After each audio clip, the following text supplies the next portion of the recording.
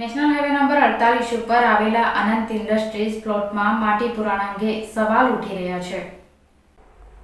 અંકલેશ્વર તાલુકાના નવગામ ગામની સીમમાં અનંત ઇન્ડસ્ટ્રીઝ પ્લોટ આવેલો છે। ગત રોજ ડમ્પર વડે માટી ઠલવવામાં આવી રહી હતી।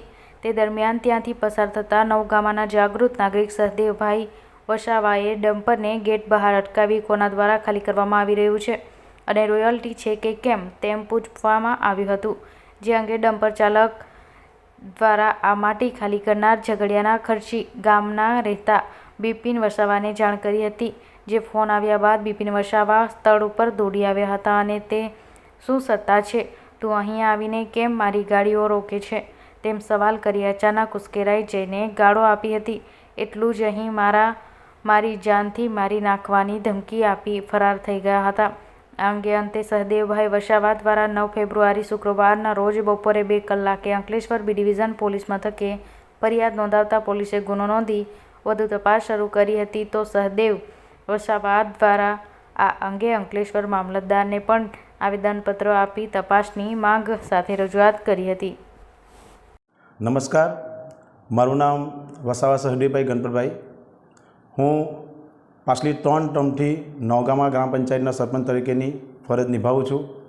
ગઈકાલે રાત્રે 9:30ના અરસામાં આરામ હોટલની બાજુમાં આવેલ અનંત ઇન્ડસ્ટ્રીઝમાં ગેરકાયદેસર માટી નખાતી હતી। હું અને મારો મિત્ર ત્યાંથી પસાર થતાં મેં ત્યાં ગાડી અટકાવી અને પૂછ્યું કે ભાઈ, આ માટીની ગાડી તું લાવે છે, એની રોયલ્ટી છે તારી પાસે? ડ્રાઈવરે ના પાડતા મેં ગાડી સાઈડ પર લગાવી અને કહ્યું કે આ કોની ગાડી છે અને ક્યાંથી માટી લાવે છે? તો ડ્રાઈવરે કહ્યું કે હું આ માટી ખર્ચીની સીમમાંથી લાવું છું અને ત્યારબાદ તરત 5 જ મિનિટની અંદર ગાડીના માલિક બિપિનભાઈ કાલાભાઈ વસાવા રહે ખર્ચી, તેઓ 10-15 માણસોનું ટોળું લઈ ત્યાં અનંત ઇન્ડસ્ટ્રીઝ પર આવી મારી સાથે ગાળાગાળી અને ઝપાઝપી કરવાનો પ્રયત્ન કરી મને ઈજા પહોંચાડવાનો પ્રયત્ન કર્યો હતો। હું સરપંચ તરીકે સત્તામાં હોઉં, મારી એવી કોઈ ફરજ છે કે જ્યાં આવું ગેરકાયદેસર કૃત્ય થતું હોય, ગેરકાયદેસર ખનન થતું હોય ત્યાં જઈ હું પૂછી શકું? શું મારી કોઈ સત્તાનો મતલબ નથી? હું જે કંઈક એમના વિરુદ્ધ કંઈક આવું કંઈક બોલું તો એવો લોકો ટોળા લઈને મારી સામે મારવા માટે આવી જાય છે।